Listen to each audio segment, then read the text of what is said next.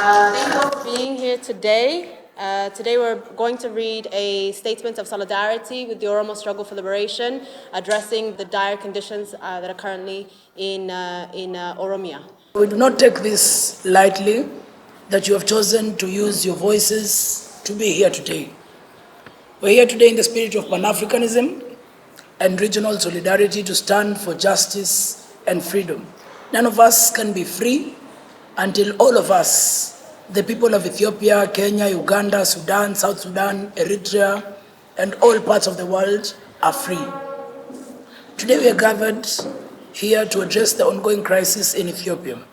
This press conference has been organized by the Regional Solidarity Committee, a committee made up of Madare Social Justice Center, Oromo Youth Association, Haki Africa, Revolutionary Socialist League, and Walabomu. We want to acknowledge the political environment here in Kenya, under which Oromo people have chosen to show up for today's action.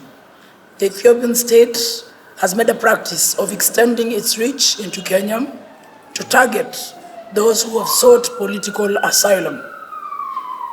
We can name the case of Tesafun Temeda, abducted here in Kenya and returned to Ethiopia in 2010, where he eventually died of torture in prison.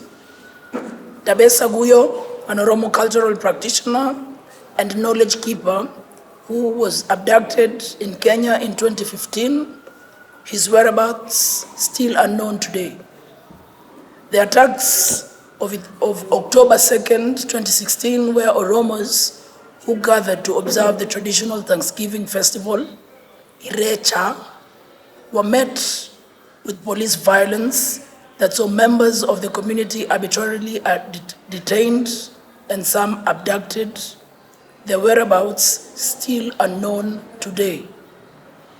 The military operations of the Ethiopian National Defense Force have crossed the Kenyan border to target civilians in northern Kenya towns that the Ethiopian state believes are sympathetic to the cause of the Oromo. This violence has evolved and involved the bombing of homes, arbitrary arrests, and extrajudicial killings. These cases are to just name a few. These conditions themselves highlight the grave nature of the political crisis Ethiopia is facing today and has been facing since its establishment as a state. In general, most parts of Ethiopia is alarming. According to Amnesty International's figures, cited at the press conference earlier the 26th of October this year, they operated as a weapon of war against Tegaru women by Eritrean troops and Amhara militia commenced just days after the beginning of the war in November 2020 and has since continued unabated. The civilian casualty is cited by activists to be close to and possibly upward of 500,000 in Tigray alone. And this is not taking into account the impact of systemic starvation that the region is facing. Although we welcome the ceasefire agreements reached in South Africa as an important step to support humanitarian efforts in the Tigray region, it should be known that lasting peace cannot be achieved without justice for the crimes against humanity committed against civilians over the last 2 years. The war in Oromia, which is in effect a continuation of the siege that started with Emperor Menelik of the late 18th century, was declared just months after Abiy Ahmed, the current Prime Minister of Ethiopia, took control of the government. Although the effects of this war have not spared any part of Oromia, it must be acknowledged that the effects of the killings, arbitrary arrests, and systemic displacement of people through the burning down of homes and the presence of military command posts have been extremely dire in west and south of Oromia. Across Oromia, local sources put the number of political prisoners in the tens of thousands, with extrajudicial killings occurring daily and the largest internally displaced population in the country being in Oromia.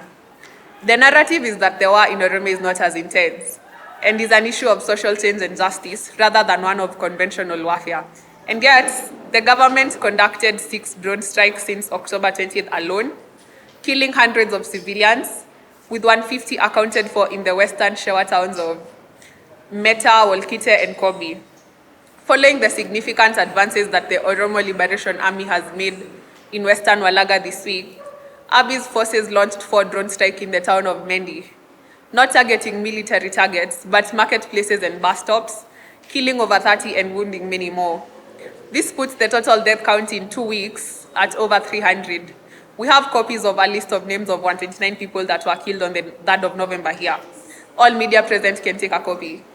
Every single life lost in this war is a devastating loss, but we need to speak honestly about the fact that the conflict in Oromia has been severely sidelined from most analysis and response by the international community. This is because we currently have a geopolitical order that is interested in maintaining the status quo over being in solidarity with processes of real justice.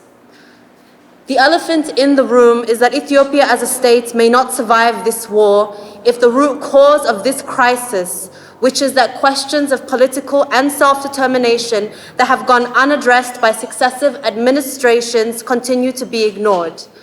We understand that saying something like this might feel like an affront to ideals of territorial integrity, but a state can only lean on such a principle if it has been established through democratic consensus. And we affirm today that Ethiopia, since time immemorial, has been built without any public consensus through the free and fair election of its leaders.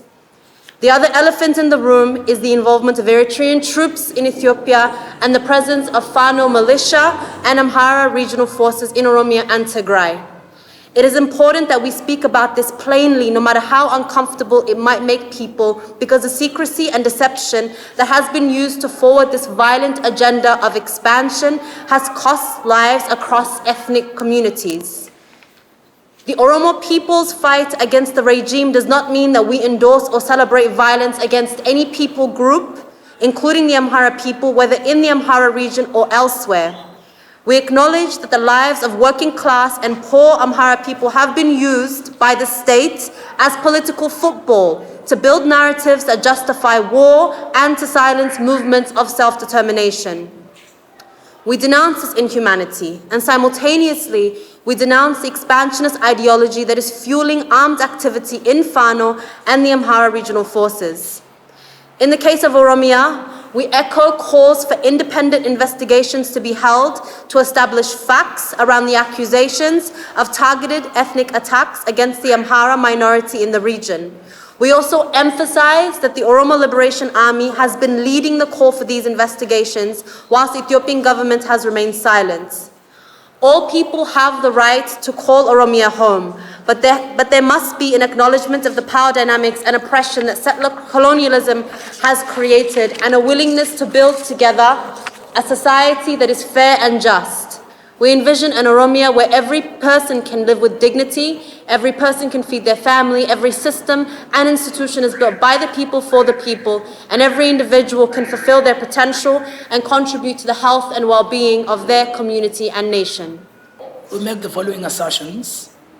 In both Oromia and Tigray, we recognize the Ethiopian government forces and its collaborators, including Eritrean forces, Fano militia, and the Amhara special forces to be the aggressor party, and thus we cannot ethically call on the people of Oromia to lay down arms until the aggressors have made it unequivocally clear that they will cease to pursue the control of territory and political and military administration of Oromia. The logic that we pose to all here is which party, if they stop fighting, will continue to die. To establish a pathway for the de-escalation of state violence, including the immediate cessation of drone strikes in Oromia, we assert that pathways for negotiations with the OLA, the Oromo Liberation Army, must be opened up immediately. We also assert that the level of human rights violations that have occurred in this war amount to war crimes. All cases of human rights violations must be independently investigated.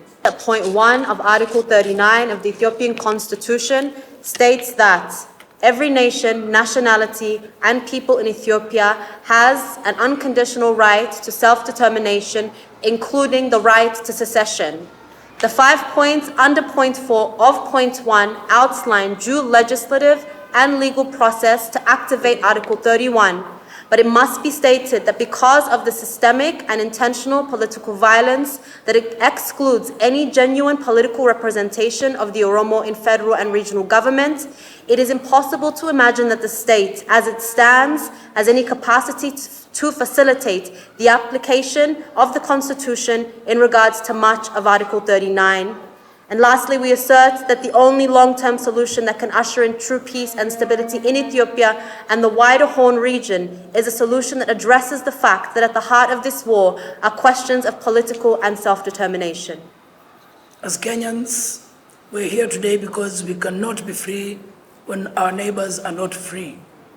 The Pan-Africanism spirit is not just about the collaboration of heads of African states and countries. It is about the meeting of grassroots African communities. It's learning about each other's diverse ways of life and respective struggles for justice and building relationships that will carry us all forward. We stand with the people as they fight to determine their futures.